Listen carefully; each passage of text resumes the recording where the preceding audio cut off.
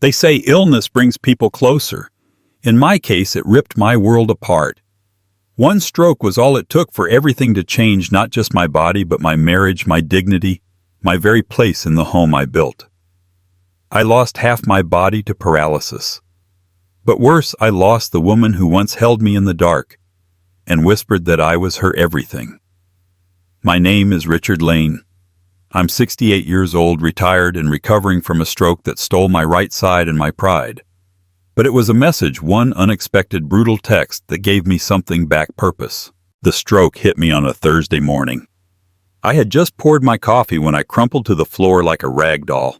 My wife, Lisa, screamed and called 911. At first, I thought she'd stay by my side like the vows promised in sickness and in health. For the first few days, she did. She brought my favorite socks to the hospital. She brushed my hair. She cried next to me. But by the second week, the tears dried, and so did the warmth in her voice. Back home, I needed help to shower, dress, eat. I needed assistance for everything. And she gave it, but with a growing edge in her tone. One night, maybe a month in, I woke up to her muffled voice in the kitchen. I thought maybe she was talking to a friend, venting. That was fine. I strained to hear. "He's just a burden now," she said. Silence. "He's not the man I married. He's like dead weight. I didn't sign up to be a nurse." Dead weight, not my husband, not Richard, just a burden. I couldn't breathe. I couldn't even cry properly because my facial muscles were frozen on one side. I just stared into the ceiling, a tear crawling down one cheek while my heart cracked like old glass. I lay there paralyzed and devastated, replaying her words. A burden. After everything. I didn't confront her. What was the point? What would I say while slurring, twitching, unable to even stand? I became quieter. Not just from the stroke, but from the shame. I depended on her, and now I hated myself for it, for needing her, for being too slow to move, too slow to speak, too broken. The days turned into weeks. She stopped eating with me, stopped holding my hand, started closing doors when she made calls. She went out more often and stayed out longer.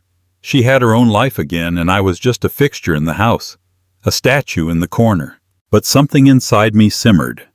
I wasn't gone. I wasn't dead. And though I couldn't move half my body, I still had eyes, ears, a mind. I started watching, listening, waiting. And then one afternoon, when she left her phone on the armrest beside me and forgot to lock it, I saw it. One message, one name, one sentence, and everything changed. The message lit up her screen with an all-too-familiar chime. I glanced at it, not out of suspicion, but instinct. She rarely left her phone near me anymore. But that day, maybe she was distracted. Maybe she thought I couldn't read fast enough to make sense of it. Maybe she just didn't care anymore.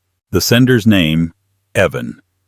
The message, still playing nurse for that corpse. It was like someone dropped acid in my veins. I couldn't move much, but my heart thudded so hard I could hear it in my ears. Corpse. That's what she called me, no. No, he did. And she didn't correct him. Not even a "don't say that." Not a single line of defense in the thread above. Just laughing emojis. She laughed. I stared at the message until the screen faded to black. Then I did something I hadn't done in weeks.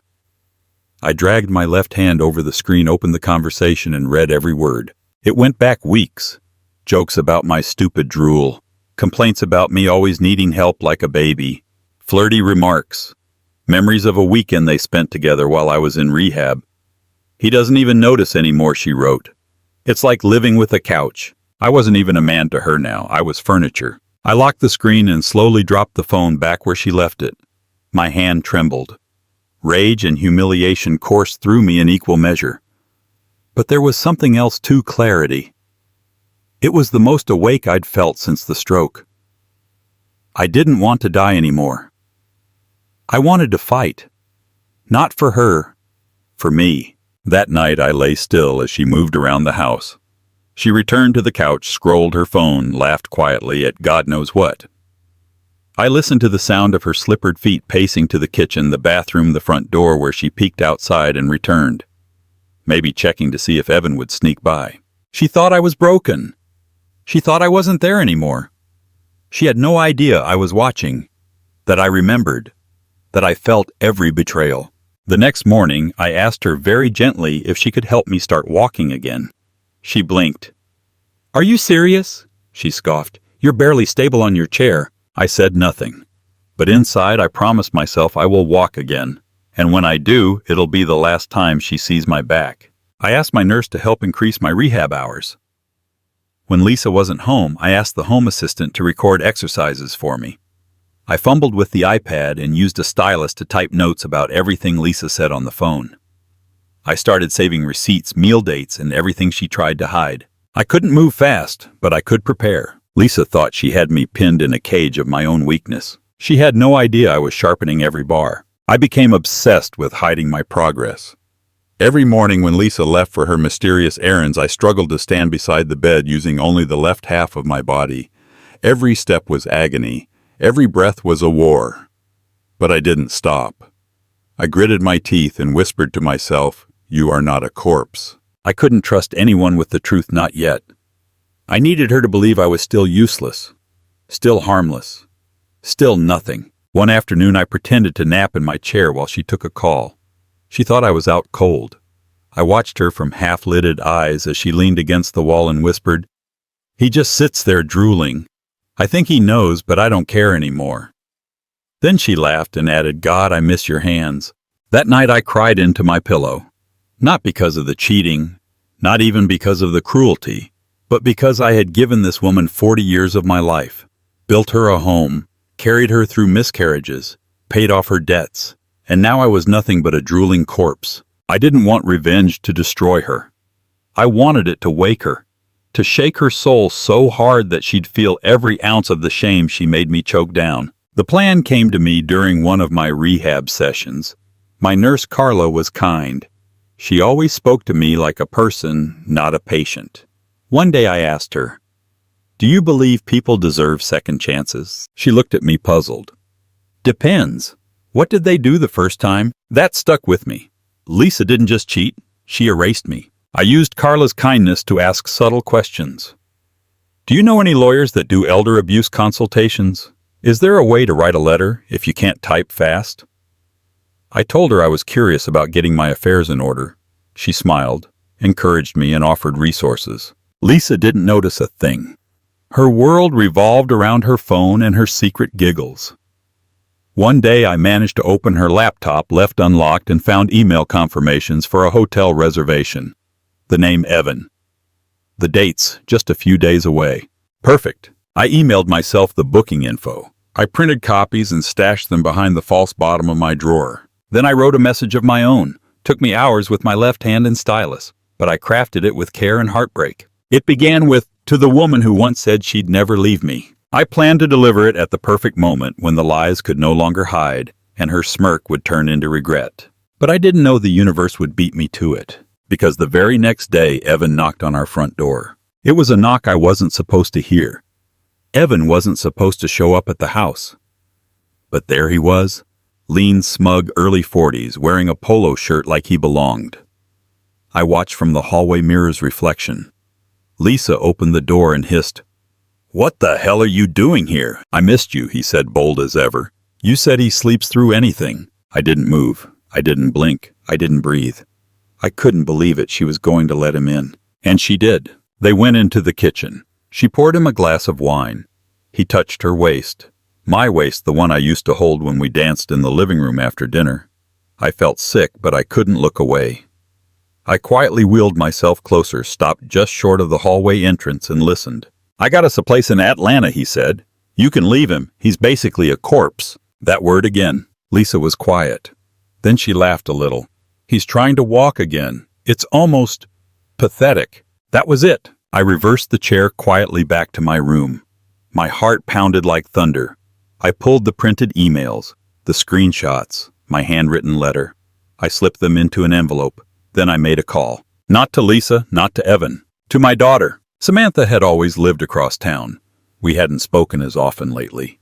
Lisa said she was too busy, that I shouldn't stress her with my recovery. But now I knew it wasn't that Samantha drifted. Lisa had been keeping her away. When she picked up, I barely got the words out. "I need you to come home. Right now." There was silence, then panic in her voice. "Dad, are you okay? I'm coming." She arrived 30 minutes later. Evan was still in the house. Lisa opened the door and froze. "Dad," Sam called, her voice shaking. I wheeled myself into the hallway, envelope in hand. Lisa's face turned pale. "Richard, what are you doing?" I didn't answer her. I handed the envelope to Samantha. She opened it, read the messages, the hotel bookings, my letter. Her hands trembled. And then Evan tried to speak. "This isn't—" "Shut up," Samantha barked. Lisa reached for Samantha's hand, eyes pleading. "It's not what you think." "Oh, really?" Samantha's voice broke. "You called my father a burden, a corpse, and you laughed while cheating on him." Lisa's lips trembled. I made mistakes. I didn't mean." I stood up. It wasn't graceful. My legs shook, my knees buckled. But I stood. With my cane and my will, I rose. Lisa gasped. Samantha cried. And I said, steady and slow, you meant every word. Lisa fell to her knees. "Please, Richard, please, don't do this. Don't leave me." But I was already walking past her. For the first time since my stroke, I walked out the front door and didn't look back. Samantha followed me out, silent at first, then gently touched my arm as I struggled toward her car. "Dad," she whispered, "you don't have to walk anymore. I've got you." But I shook my head. "I need to," I said. "I need to prove I'm still here." She helped me the rest of the way in silence, then opened the passenger door and eased me in. Lisa stood in the doorway behind us, trembling hands, clasped, tears streaming. Evan was nowhere in sight, probably gone the moment things got messy. We didn't say a word to her. At Samantha's house, she made tea and wrapped a blanket around me like I was a child again. But I didn't feel like a child. I felt clean, lighter. "Why didn't you call me earlier?" she asked softly. I looked at my hands. I was ashamed. I thought I was weak, that I deserved it. She knelt in front of me, face flushed with pain. "You never deserved that." I nodded slowly. "I know now. That night I slept better than I had in months. No nightmares, no echoes of the word burden. Just silence. Real silence. Peaceful." The next few days, Samantha helped me file for separation. I handed her the evidence. She handled the rest. She called a lawyer, set up financial consultations, even found me a part-time live-in physical therapist who genuinely wanted to help. Lisa called. I didn't answer. She texted, pleading, apologizing, begging. I was overwhelmed, she wrote. "I made a mistake. Please come home. I'll change." But it wasn't just a mistake. It was a campaign of cruelty, a pattern of betrayal. And now that she was exposed, the only thing she mourned was losing control. Still, one morning, curiosity got the better of me. I answered her call. Her voice cracked instantly. "Richard, please. I didn't know how much I'd lost until you walked away." I didn't scream. I didn't curse. I just asked her. When Evan called me a corpse, "Why didn't you say anything?" She went quiet. Then a whisper, "I don't know." "I do," I replied. "Because you agreed." She began to cry again, choking on words that once came so easily. "Can I see you just once?" I paused, then said, "You already did. You saw the man you buried." And he stood up and walked away. And I ended the call. Later that afternoon, Samantha brought me a cup of coffee. We sat on her porch in silence, watching the wind stir the trees. "You walked," she said proudly. "You fought." "I'm still fighting," I said. "But this time not to prove I'm enough for someone else, just for me. My legs still shake. I still slur sometimes. But I'm not weak. I'm not a burden. I'm a man who stood when it mattered, and left before I lost myself." It's been 5 months since I walked out that door. 5 months since I shed the skin of a man who begged for scraps of love and became someone who demanded dignity instead. I now live in a quiet room in Samantha's house. She converted the downstairs study into a bedroom for me. It's not fancy, but it's mine. The window faces a small garden. Some mornings I sit by it and watch squirrels chase each other like the world still spins the same. But I don't spin the same. I walk every day now. Sometimes just from one wall to the other, gripping the rails she installed. Some days I fall, but I get up, always. Because I no longer walk for her. I walk for me. Lisa sent another letter last week. Handwritten. 7 pages long. She talked about loneliness. About realizing she'd lost the only man who ever loved her selflessly. She said Evan left the moment the truth came out. That she had no one now. That her friends had distanced themselves. That guilt chewed at her constantly.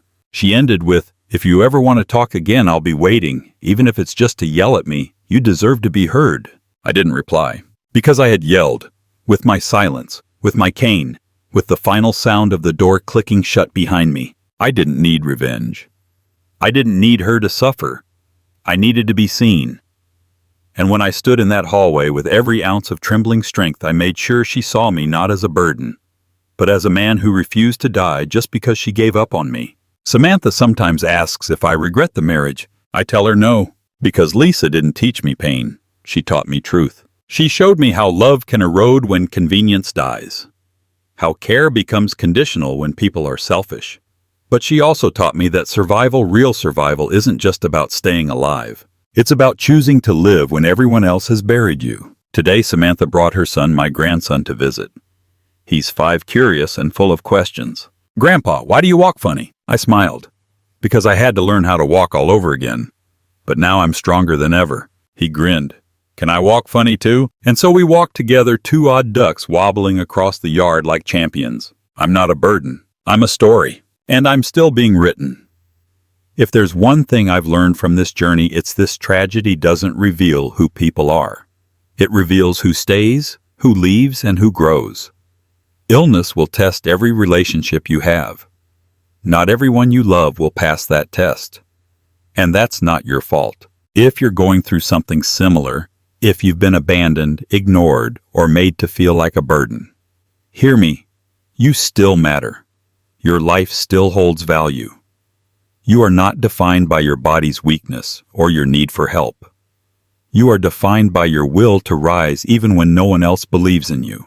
Forgiveness is powerful, but so is self-respect. Don't be afraid to walk away from those who only love the strongest version of you. The ones who stay during your weakest moments are the ones who truly deserve to be part of your story. I stood again, so can you. And when you do walk like you never fell,